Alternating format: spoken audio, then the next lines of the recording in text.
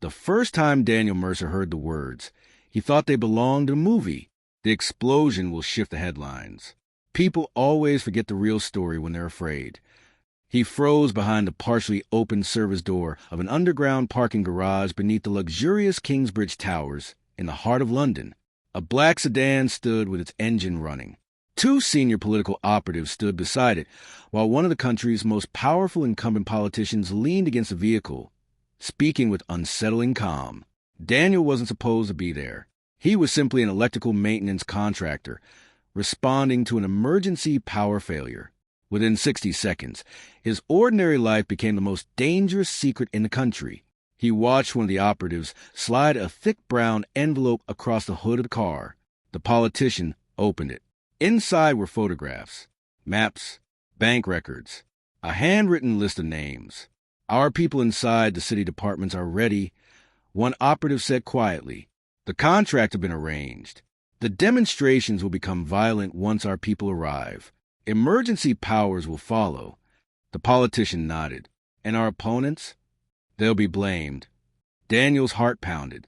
He slowly reached for his phone. One photograph. That was all he managed. The camera shutter made the faintest electronic click. 3 heads turned at once. Silence. Then the politician smiled. "Find him." Daniel ran. His toolbox crashed against the concrete floor as footsteps thundered behind him. He reached the maintenance elevator just before the doors closed. By the time security reached the garage, he was gone. He convinced himself they hadn't seen his face. He was wrong. The next morning, 2 expensive black SUVs parked outside his apartment. 2 men wearing immaculate suits knocked politely. "We represent people who appreciate discretion." Daniel denied everything. One of them placed his own phone on the table. It displayed a photograph of Daniel walking his dog. Another swipe. His sister. Another. His favorite nephew, 16-year-old Ethan, leaving school. The visitor smiled. "You've seen nothing." Then his smile disappeared. "If you ever remember otherwise, your family won't have a chance to forget." Fear became Daniel's shadow. His phone began receiving silent calls. Cars waited outside his workplace. Friends suddenly stopped returning messages. A newspaper falsely accused him of stealing equipment from construction sites. His employer dismissed him within days. Someone wanted to destroy his credibility before he ever spoke. Daniel nearly gave up. He deleted the only photograph from his phone. Or at least he believed he had. Unknown to him, the image had automatically synchronized to an encrypted cloud backup, a forgotten miracle. Meanwhile, strange events unfolded across London. Peaceful protests erupted into coordinated riots. Government emergency contracts worth hundreds of millions were awarded without competitive bidding. Independent journalists investigating the contracts disappeared from television. Whistleblowers lost their jobs. Witnesses withdrew statements. Every tragedy somehow strengthened the political machine. Television commentators praised the government's decisive leadership. Poll numbers climbed. The city mourned while someone quietly profited. Daniel watched from the sidelines, haunted by what he had heard. Every headline reminded him that silence had consequences. Months passed. Then tragedy became personal. Ethan volunteered with a youth community organization, helping residents displaced by one of the suspicious redevelopment projects. The group uncovered evidence that families had been deliberately forced from valuable neighborhoods through intimidation and fraudulent safety inspections. They planned to expose it publicly. 3 days later, Ethan was struck by a speeding SUV while cycling home. Police immediately ruled it an accident. Witnesses reported seeing the vehicle accelerate. Their statements disappeared. Nearby security cameras had been under maintenance. Daniel attended the funeral in silence. When everyone else left, he stood beside the fresh grave.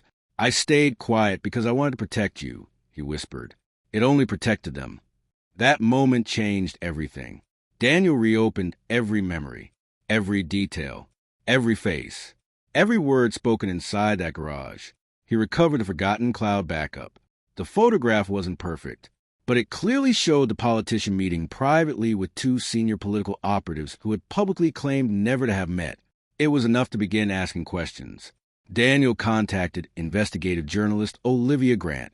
She had spent years exposing corruption before powerful interests forced her newspaper to shut down. She listened without interrupting. Then she asked one question. If everything you're saying is true, are you prepared to lose what's left of your life? Daniel answered immediately.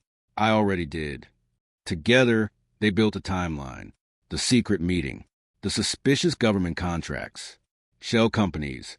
Property acquisitions. Election financing. Every piece connected to another. Yet every trail eventually disappeared into offshore corporations and anonymous trusts. Someone extraordinarily wealthy stood behind the operation. Then Olivia made an astonishing discovery.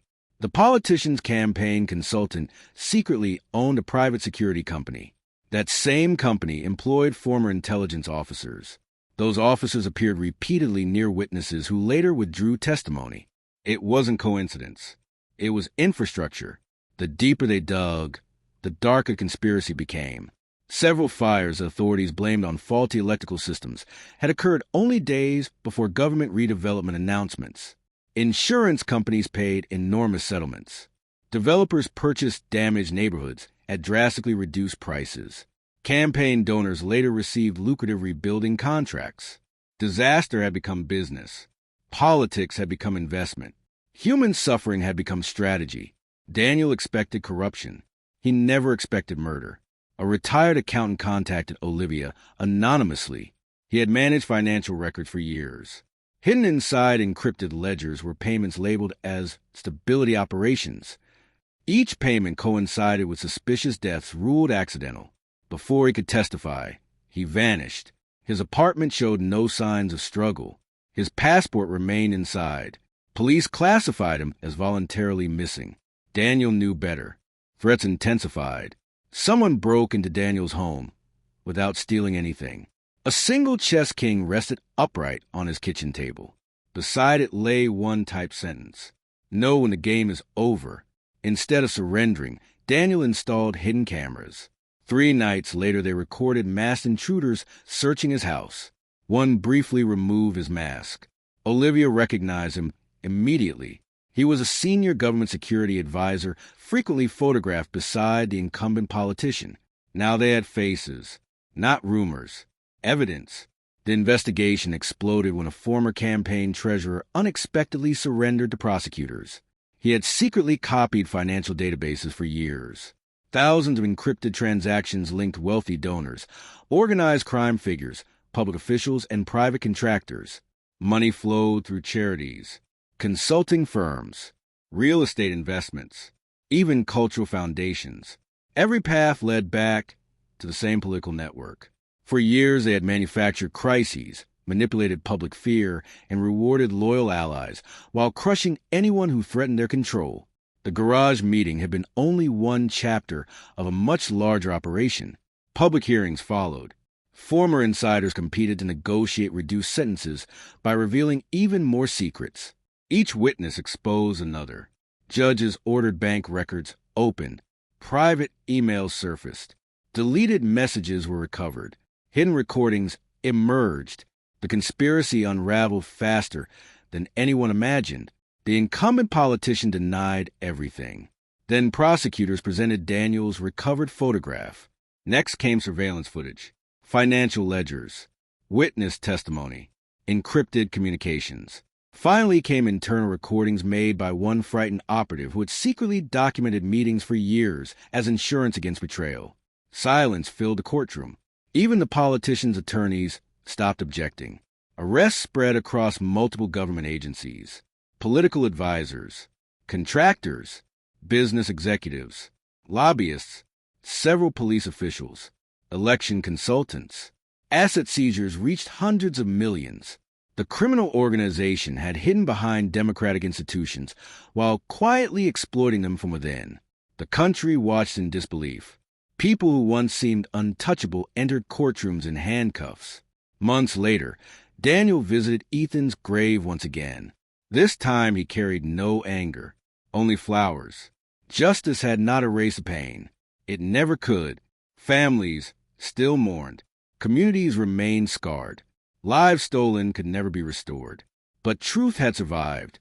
One ordinary maintenance worker had refused to let fear become permanent. He had stood against power armed with nothing more than conscience, persistence, and a belief that silence protects criminals far more than it protects innocent people. As he walked away, reporters asked whether he considered himself a hero. Daniel shook his head. "I only did what I should have done the day I heard that conversation." Behind him, the wind stirred across the cemetery. Ahead of him, a nation slowly began rebuilding trust that corruption had nearly destroyed. The greatest conspiracy had not fallen because of a powerful politician. It had fallen because one ordinary man finally decided that the truth was worth more than his fear. If you enjoyed this story, don't forget to like, subscribe, and turn on the notification bell so you never miss our next gripping true crime story. What would you have done if you were in Daniel's position? Stayed silent to protect your family, or risked everything to expose the truth? Share your thoughts in the comments below. Your opinions make the conversation even more interesting, and we can't wait to hear from you.